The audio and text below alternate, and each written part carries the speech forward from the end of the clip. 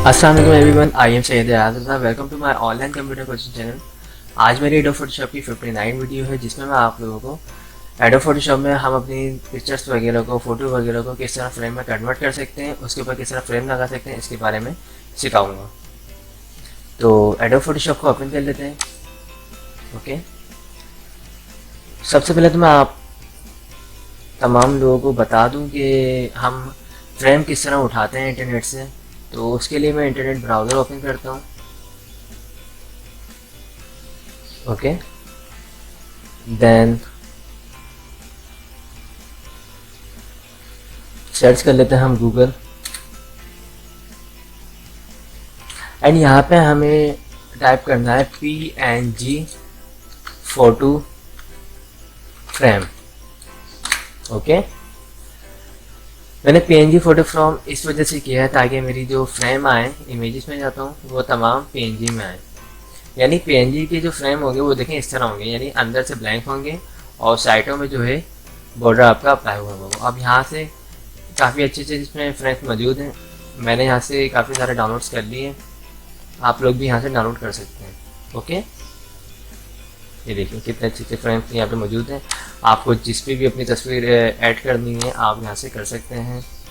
ये देखिए मोबाइल, देखिए इस पे अगर ऐड करनी है या जो भी,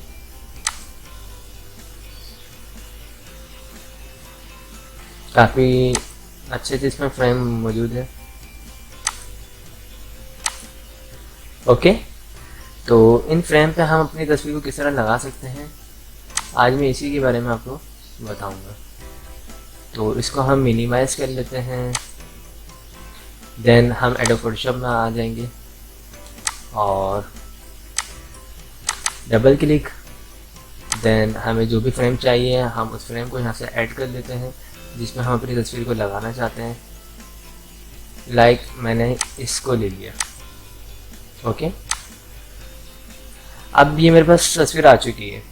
अब मुझे इसमें कुछ भी नहीं करना है। जो PNG के जो फॉर्मेट होंगे, PNG में आपको अंदर से यहाँ से देखें ट्रांसपेरेंट पेज मिलेगा। ओके, और ये ऊपर जो है ये फ्रेम आपको है। तो इस तरह के जो फ्रेम है उसमें आपको कुछ भी नहीं करना, सिंपल कमांड है, डबल क्लिक किया आपने और जिस तस्वीर को आप ऐड करना चाहते हैं, फ्रेम में लगाना चाहते हैं, उस तस्वीर को ओपन कर दिया। अब मैं यहाँ से बेबी की तस्वीर ले लेता हूँ कोई अच्छी सी। अब मैंने यहाँ से ये छोटी, काफ़ी छोटी तस्वीर है,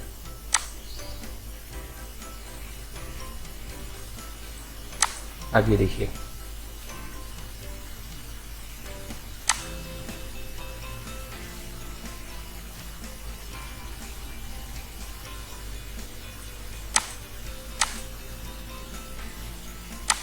ओके, अब मैं क्या करूँगा, इस तस्वीर को लेना चाहता हूँ तो मैं सिंपल यहाँ से मूव कमांड की मदद से इसको इस पेज पे मूव करता हूँ और ये जो इस तस्वीर को मैं यहाँ से क्लोज करके, उसके बाद क्या करना है, मुझे कंट्रोल T प्रेस करना है, देन तस्वीर के साइज़ को इंक्रीज़ करना है।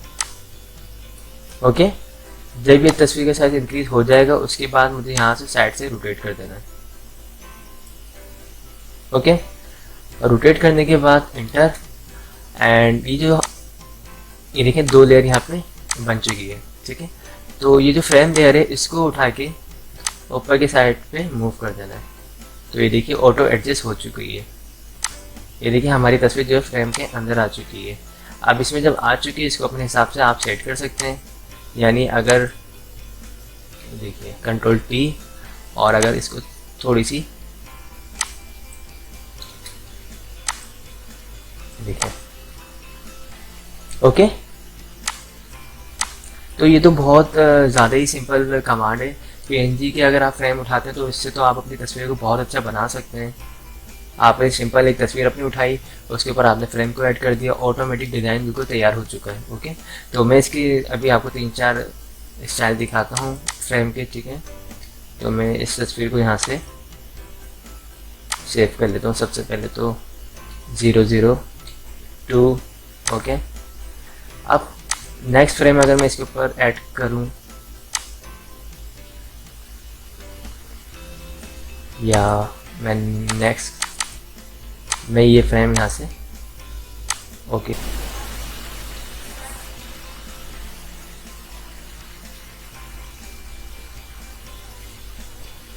अब देखिए मैंने इस फ्रेम को ओपन किया है। ओके, तो इस फ्रेम में तो देखिए बिल्कुल पीएनजी फ्रेम है और बीच में फ्रेम डिज़ाइन हुआ हुआ है और साइड में देखिए ट्रांसपेरेंट है।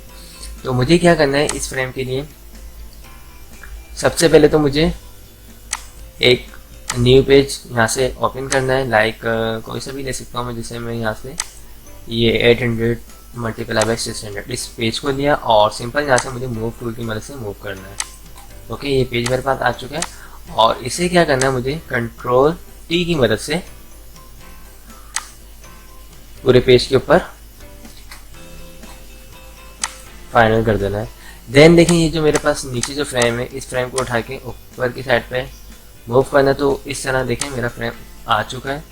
अब मुझे क्या करना है, मुझे इसके अंदर वाली साइड पे मुझे अपनी तस्वीर लगानी है। तो उसके लिए मुझे क्या करना है, मुझे डबल क्लिक करना है और जिस तस्वीर को ऐड करना चाहता हूँ मैं, लाइक मैं दोबारा बेबीज की तस्वीर लेता हूँ यहाँ से कोई अच्छी थी। आप कोई सी भी यूज़ कर सकते हैं, अपनी तस्वीर चाहें तो अपनी भी यूज़ कर सकते हैं, जो भी आपको अच्छी लगे। ओके,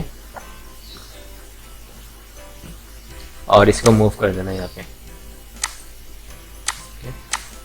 मूव करने के बाद कंट्रोल टी और इसके साइज को इंक्रीज करना है। जब साइज इंक्रीज हो जाएगा उसके बाद आपको मूव करना है फ्रेम के मुताबिक, ताकि आपकी तस्वीर जो है वो एडजस्ट हो। ओके, ये रोटेशन कमांड यूज कर रहा हूँ मैं।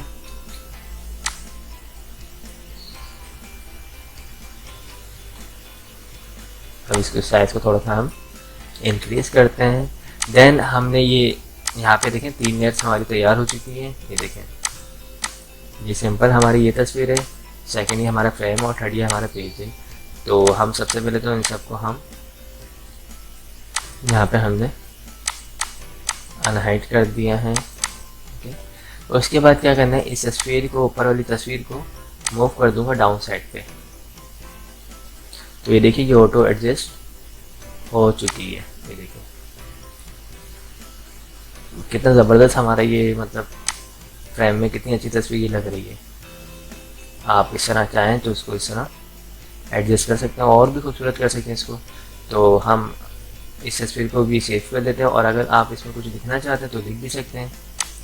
मैं इस तस्वीर को भी सेव करता हूँ ताकि आपको,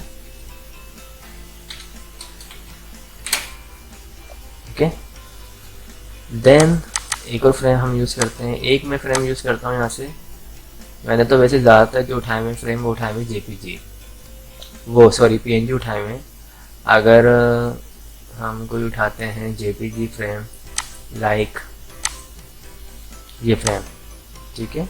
अब ये देखिए ये फ्रेम जेपीजी है। जेपीजी देखें यहाँ पे मेंशन भी हुआ ऊपर साइड पे जेपीजी। ओके, और इस फ्रेम में अगर आप अपनी तस्वीर को लगाना चाहते हैं तो उसके लिए आपको क्या करना है, आपको डबल क्लिक करना है और सबसे पहले आपको अनलॉक करना है।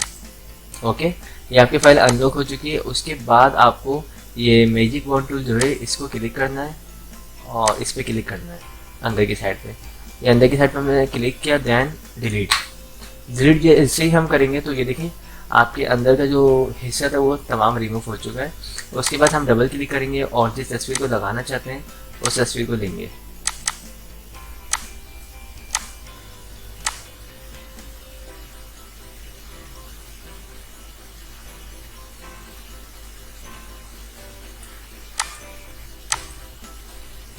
ये देखिए इसको मैंने यहाँ से मूव किया, उसके बाद कंट्रोल टी और इस तस्वीर को मैंने यहाँ से साइज को इंक्रीज कर दिया है। ओके, उसके बाद मुझे क्या करना है, सिंपल ऊपर वाली को उठा के नीचे डाउन कर दें या फिर नीचे वाली तस्वीर को उठा के ऊपर डाउन कर दें। तो ये देखिए ये भी हमारी फ्रेम में चेंज हो चुकी है। ओके, अब अगर आप इसके साइज़ को कम या ज़्यादा करना चाहते हैं तो कंट्रोल टी की मदद से कम या ज़्यादा भी कर सकते हैं। कंट्रोल टी का इस्तेमाल आपको बहुत अच्छी तरीके से आता है, आई होप।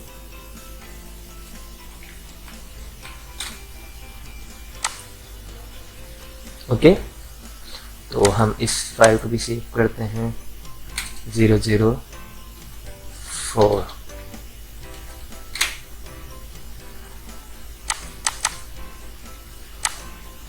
एक मैं आपको और दिखाता हूँ कोई ऐड करके।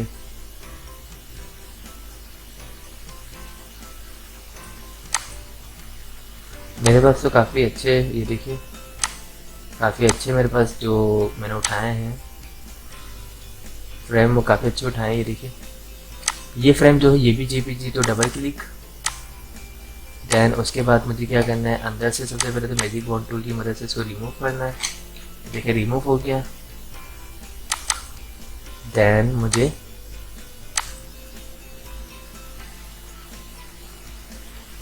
बेबीज में जाना है और यहाँ से अच्छी सी तस्वीर लेता हूँ। अब मैं चाहता हूँ इस तस्वीर को लगाना, तो ये देखिए कंट्रोल टी, साइज को इंक्रीज किया। देन हमने ये देखिए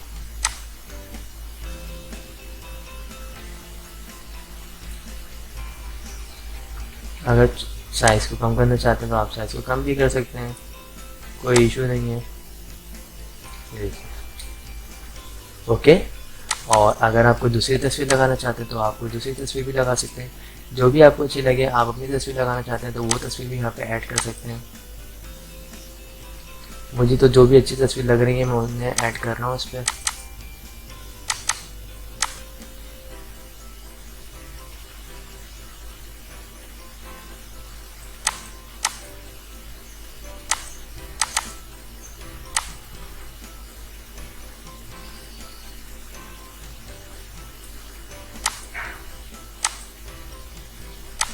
देखिए अब मैं इस तस्वीर को लगाना चाहता हूँ तो मुझे क्या करना है, कंट्रोल टी। दैन ये देखिए मैंने इस तरह करके इसको सेट किया। ये देखिए